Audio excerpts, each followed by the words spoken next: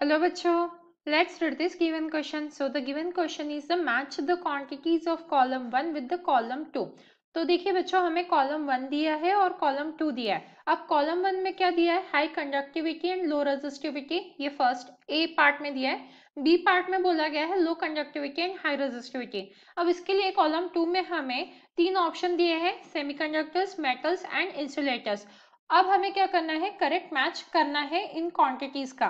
तो इस क्वेश्चन को सॉल्व करने के लिए हमारा की कंसेप्ट क्या रहेगा? Key concept to solve this question, हम क्या करेंगे? सबसे पहले ऑर्डर ऑफ रेजिस्टिविटी देखते हैं. तो यहाँ पे की कंसेप्ट में क्या आ जाएगा? Order of resistivity. मतलब हम क्या कर रहे हैं, इन तीनों का जो रेजिस्टिविटी का ऑर्डर है वो की कंसेप्ट में हम देख रहे हैं. तो क्या है ऑर्डर? सबसे पहले हाई जो रेजिस्टिविटी होती है वो किस में होती है? इंसुलेटर में होती है. उसके बाद आता है हमारा सेमीकंडक्टर्स, सेमीकंडक्टर, एंड देन सबसे लास्ट में आता है हमारा जो मेटल्स है. हाई रेजिस्टिविटी मतलब क्या? क्योंकि हम जानते हैं इंसुलेटर्स की डेफिनेशन कि वो बिल्कुल भी कंडक्शन शो नहीं करता. इलेक्ट्रिकल कंडक्टर जो है वो very bad conductor of electricity होता है इंसुलेटर. वही मेटल्स क्या होते हैं? Good conductors of electricity. और सेमीकंडक्टर की कंडक्टिविटी तो हमारे नीड के हिसाब से हम एडजस्ट कर सकते हैं इम्प्योरिटीज को ऐड करके. तो देखिए हमारा की कंसेप्ट जो है वो क्या है यहाँ पे? Order of resistivity. तो इंसुलेटर में सबसे ज्यादा होती है, देन सेमीकंडक्टर एंड मेटल्स. अब सबसे पहले समझते हैं इंसुलेटर्स को. इंसुलेटर्स ऐसे मटेरियल होते हैं जो कोई भी कंडक्शन शो नहीं करते हैं. मतलब इनमें फ्री इलेक्ट्रॉन्स होते ही नहीं है, या हम बोल सकते हैं काफी लेस अमाउंट ऑफ होते हैं, इसीलिए फ्री इलेक्ट्रॉन्स नहीं होता है. तो ये बैड कंडक्टर्स ऑफ इलेक्ट्रिसिटी होते हैं. सेमीकंडक्टर के फ्री इलेक्ट्रॉन्स हम हमारी नीड के हिसाब से एडजस्ट कर सकते हैं इम्प्योरिटी को ऐड करके, जिसे हम डोपिंग प्रोसेस भी कहते हैं. और रही बात मेटल्स की, मेटल्स में फ्री इलेक्ट्रॉन्स काफी ज्यादा होते हैं, तो ये गुड कंडक्टर्स होता है. अब देखिए अगर हम बोलेंगे कि इंसुलेटर जो है, इसमें इफ अगर हम इंसुलेटर की बात करें तो इंसुलेटर में हमने क्या लिखा है? High resistivity. अब अगर उसका रेजिस्टेंस, जो रेजिस्टिविटी है वो काफी ज्यादा हाई है, हाई रेजिस्टिविटी, तो कंडक्टिविटी क्या रहती है? इनवर्स होती है. जैसे रेजिस्टिविटी का इनवर्स क्या होता है? कंडक्टिविटी होता है. मतलब अगर किसी चीज में, जैसे अगर हम इंसुलेटर की ही बात कर ले, इसमें अगर हाई रेजिस्टिविटी है तो इसकी कंडक्टिविटी क्या रहेगी? लो रहेगी. तो कंडक्टिविटी क्या रहेगी यहाँ पे? लो. और वही सबसे ज्यादा सबसे लो रेजिस्टिविटी किसमें है? मेटल्स में है. तो यहाँ पे हम मेटल्स कंसिडर कर लेंगे.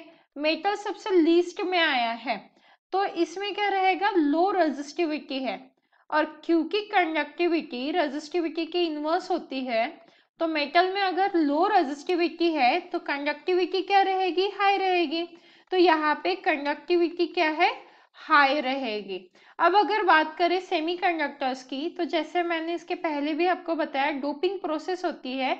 डोपिंग प्रोसेस से सेमीकंडक्टर्स की कंडक्टिविटी हम बढ़ा सकते हैं. तो वो हमारी नीड के ऊपर डिपेंड है कि हमें कितनी कंडक्टिविटी चाहिए सेमीकंडक्टर्स से. तो यहाँ पे हम क्या लिख सकते हैं? Medium resistivity and medium conductivity.